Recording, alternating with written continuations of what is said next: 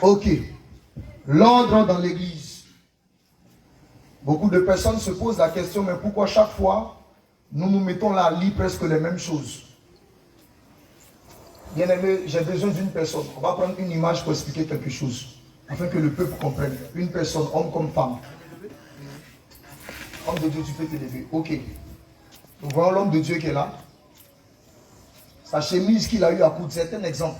Je ne suis pas en train de prendre sa chemise pour vanter ça. Non. La chemise qu'il a eu à porter là, cette chemise est passée d'abord chez un couturier. Et le couturier, selon le modèle qu'il a reçu, selon l'inspiration qu'il a reçue, il a fait la chemise comme ça. Bien-aimé, laisse-moi te dire que le premier couturier qui a commencé à exister, c'est Dieu. Alléluia. Parce qu'en réalité, dans le jardin d'Éden, lorsque l'homme et la femme étaient nus, et qu'ils devaient encore confectionner des vêtements, c'est le Seigneur qui a pris encore un animal et l'a confectionné des vêtements. Mais si tu vois l'Éternel en train de confectionner les vêtements, c'est que l'Éternel est un couturier. Alléluia. Maintenant, lorsque l'Éternel doit confectionner, c'est qu'il doit confectionner selon un modèle. Et c'est-à-dire que tous ceux, après qui se prétendent de Dieu, doivent respecter le modèle que Dieu a déjà établi. Alléluia. Donc si tu ne respectes pas le modèle de Dieu, en réalité, lorsqu'on regarde encore le modèle de ta chemise, on va savoir que celui qui a cousu ça n'est pas Dieu. Est-ce que nous comprenons? Suivons bien l'exemple. Voilà pourquoi l'Éternel, lorsqu'il appelait Moïse sur la montagne de Sinaï, et que Moïse est allé, non sur le mont Horeb du moins, et que Moïse est allé 40 jours et 40 nuits pour geler, l'Éternel va lui donner un modèle. L'Éternel va lui dire que lorsque Moïse tu vas descendre, il faut établir un tabernacle. Un tabernacle selon tel modèle, selon telle dimension. Et lorsque Moïse a fini de construire, l'Éternel l'a examiné pour voir si le modèle qui venait là était le modèle qui respectait encore le modèle que lui avait prescrit à Moïse. Bien aimé, regarde encore le modèle que Moïse a eu à faire. Il prend Moïse, il fait monter Moïse sur la montagne. Mais Moïse a vu le modèle où Moïse a regardé dans le ciel. Quand Moïse regarde dans le ciel, selon que dit la Bible, du moins dans le livre d'Apocalypse, la Bible déclare que dans le livre d'Apocalypse, il y a un trône. Et sur ce trône, il y a quelqu'un qui est assis. Autour du trône, il y a 4 êtres vivants. Donc quand Moïse descend aussi, il doit répéter la même chose. Il prend Aaron ainsi que ses 4 fils d'Aaron. Bien aimé, c'est le modèle. Il doit respecter ce modèle-là. S'il ne respecte pas ce modèle, en réalité, ce n'est pas Dieu qui l'adore. Voilà pourquoi lorsque Dieu appelle Adam, il va dire à Adam, tu pourras manger de tous les arbres du jardin, mais quant à l'arbre de la connaissance du bien et du mal, tu n'en mangeras pas. Voici l'ordre que Dieu a donné à Adam, parce que Adam devait respecter le modèle de Dieu. Quand il y a eu cassure dans le modèle, quand il y a eu désobéissance, Adam était excommunié, chassé du jardin. Donc bien aimé, pour ne pas que toi aussi tu sois excommunié et chassé du jardin, il faudra que tu puisses respecter le modèle de Dieu. Et le modèle de Dieu que nous sommes en train de te présenter, c'est l'ordre dans l'église. Alléluia. Alléluia.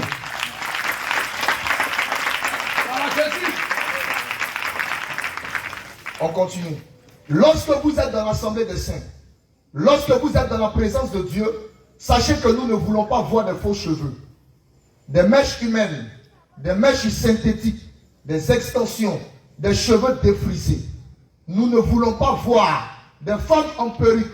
Nous ne voulons pas voir des femmes non voilées dans la présence de Dieu, ou des femmes qui cachent sous le voile des faux cheveux. Nous ne voulons pas voir des cheveux colorés, des coiffures tectoniques, des coiffures teutons, des coiffures punch, des raies, des figures de style, des queues de chevaux, des dreadlocks, ni sur la tête de vos enfants, ni sur la tête des adultes. Nous ne voulons pas voir des boucles à vos oreilles, des piercings sur votre langue, sur vos lèvres, sur votre nez, sur votre menton, sur votre nombril, même sur la partie intime. Nous ne voulons pas voir cela. Nous ne voulons pas voir dans l'assemblée des saints des bagues de mariage, des bracelets, des chaînes au cou, des chaînes à vos chevilles, des chaînes à vos hanches, des chaînes à vos troncs et à vos genoux. Ézéchiel chapitre 16. Bien aimé, tout le monde va. Ézéchiel chapitre 16. Nous allons comprendre quelque chose.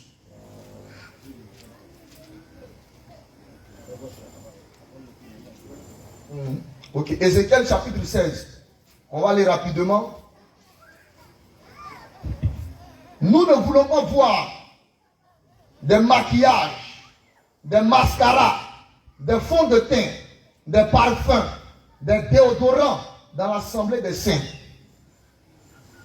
Nous ne voulons pas voir les perles à vos hanches, à vos poignets, à vos chevilles, à vos coups, à vos coudes, à vos genoux.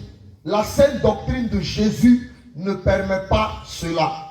Nous ne voulons pas voir les femmes en pantalon, en collant, en cycliste, en mini-jupe, en tenue près du corps, en tenue moulante, en tenue courte, en tenue sexy ou à caractère provocante. Nous ne voulons pas de chaussures haut talon, ni de demi-talon dans la présence de Dieu. Que vos chaussures soient plates. Nous ne voulons pas non plus des chaussures en peau de reptile ou avec des signes kabbalistiques ou sataniques. Vous êtes devant Dieu. Nous ne voulons pas de collants sous les robes des femmes. Et si c'est votre cas, nous vous prions avec tout le respect qu'on peut donner à un homme possible, de bien vouloir aller dans les toilettes, de retirer immédiatement ces choses. Parce que bien aimé, devant un homme tu peux te cacher, mais devant Dieu on ne se cache jamais. Nous ne voulons pas voir des vernis, des faux ongles, des résines à vos doigts. Et en plus de ça, des choses qu'on appelle jabi. Tout ça, ça en fait partie. Nous ne voulons pas voir des faux cils, des lentilles de contact dans la maison de Dieu. Nous ne voulons pas voir des tenues bras minces. Chérie, regarde ma poitrine. Chérie, regarde mon dos dans cette assemblée. Jésus est Dieu. Amen. Nous ne voulons pas conformez-vous à tout ce que les hommes de Dieu vous demanderont de faire avec une entière disposition. Nous ne voulons pas voir des bien-aimés manger dans l'église de Dieu pendant les heures de culte et jeter les ordures dans tous les sens. Tenez la maison du Seigneur propre. Il y a des poubelles dans les allées. C'est là-dedans du moins que vous devez jeter vos papiers mouchoirs. À part les vases que le Seigneur Jésus a choisis pour parler à son église officiellement, nous ne voulons pas de prophétie venant de l'extérieur.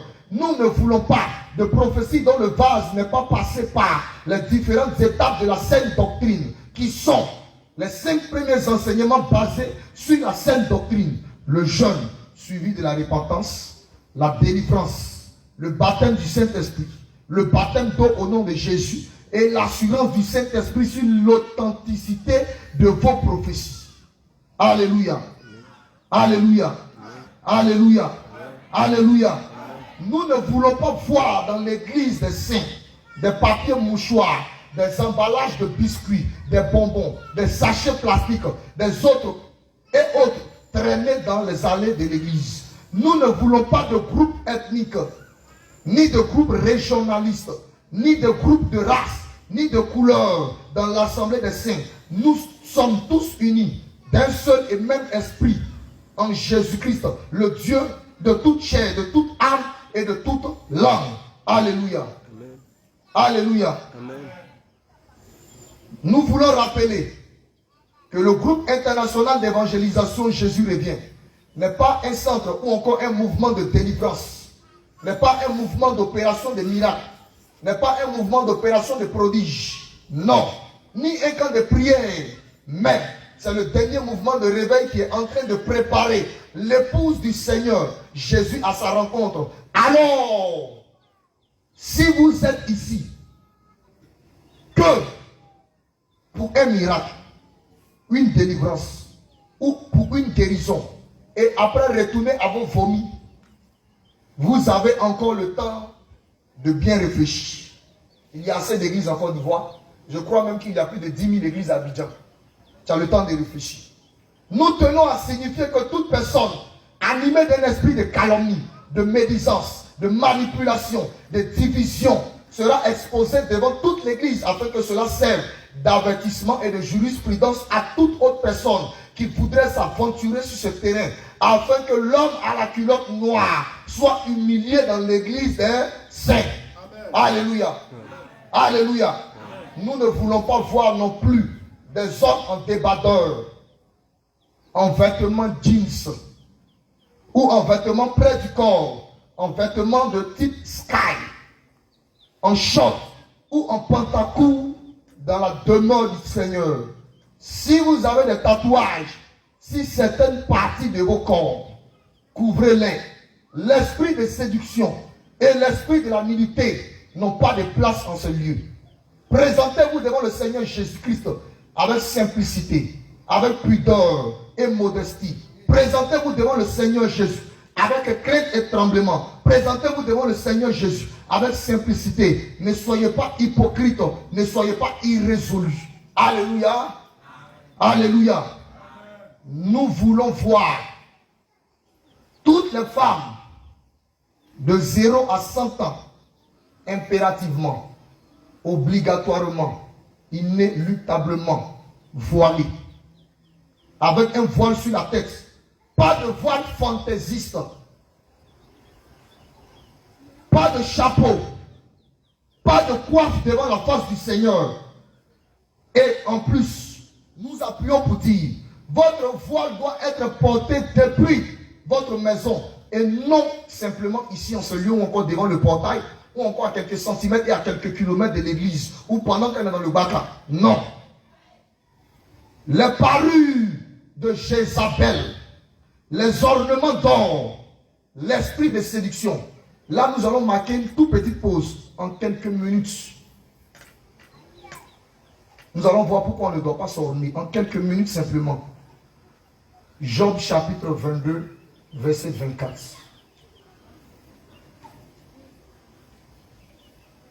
Pasteur, on va te prendre encore pour un exemple. Simple. Imaginons que, bon, ce serait mieux que je sois une femme, mais c'est bon, c'est pas grave. Imaginons que l'homme de Dieu voyait-le comme une femme. Il a porté des boucles d'oreilles. Il a percé le nez. En plus de percer le nez, il porte chaîne. En plus de cela, il met baya, imaginez. Après ça, il met chaîne aux pieds. Il met tout ce qui est ornement sur lui. Quand il met ses ornements, en réalité, c'est pour ramener les hommes à regarder ce qu'il apporte. Alléluia. L'homme de Dieu est en train de prendre un exemple. Ne l'imaginez pas en femme. Hein. C'est un serviteur de Dieu. Alléluia. Amen. Donc, le but de cette chose, c'est pour que lorsqu'il marche là, parce que quand une femme met une chaîne au cou, mon ami, elle ne peut pas porter quelque chose qui a fermé son cou. C'est quasi impossible. Parce qu'il faut que sa soeur sache qu'elle a porté aujourd'hui une nouvelle chaîne. Donc en réalité, le but de cette chose, c'est pour attirer le regard vers ça. Mais laissez-moi vous dire que nous, en tant qu'enfants de Dieu aussi, on a nos ornements. Et les ornements que nous portons sont des ornements spirituels. En réalité, de façon spirituelle, de la manière que nous sommes en train de nous dire. Vous êtes en train de me regarder, j'ai des boucles d'oreilles. J'ai une chaîne au cou. J'ai un baya au niveau de la hanche. J'ai une chaîne au niveau du pied. Et tout cela en or. Ce ne sont pas des pacotis, ni des amusements, c'est en or. Est-ce que nous comprenons? Job chapitre 22, verset 24. Nous lisons la parole du Seigneur. Jette l'or dans la poussière. L'or d'Ophir parmi les cailloux des torrents.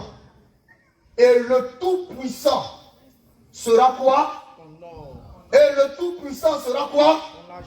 Donc en réalité, quand la Bible parle d'or, d'argent, de tout ce qui est richesse, en réalité la première personne qui est indexée, c'est Dieu lui-même.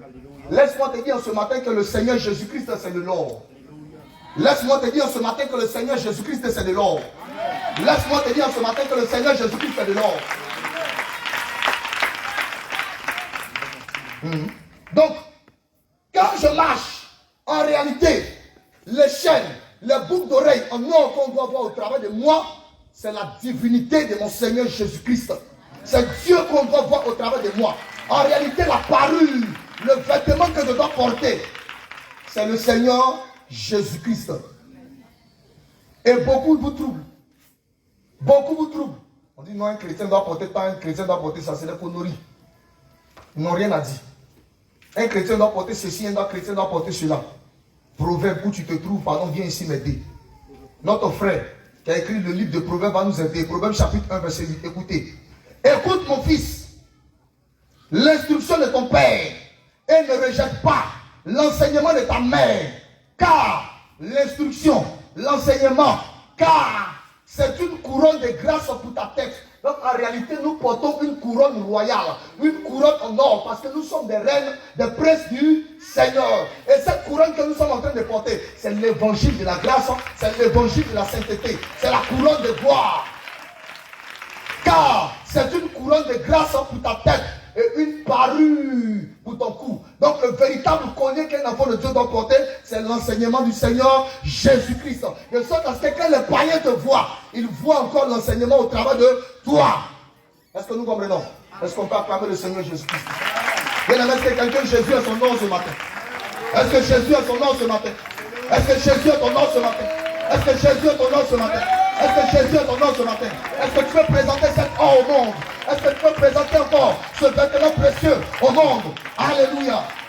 On continue bien aimé, on va terminer rapidement. Les paris, les ornements d'or, l'esprit de séduction, l'esprit de la nullité, l'esprit de duplicité, l'esprit de la rivalité n'ont pas leur place devant la face du Saint-Esprit. Jésus est Dieu. Rendons-lui grâce ce matin pour le souffle de vie qu'il nous a accordé au quotidien.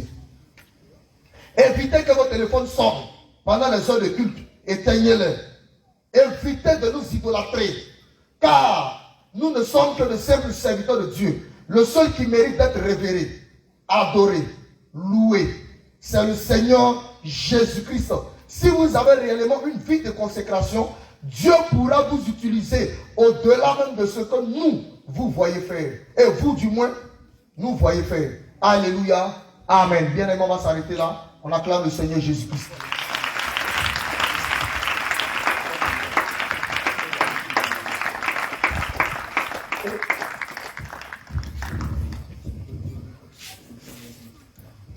Gloire à Jésus.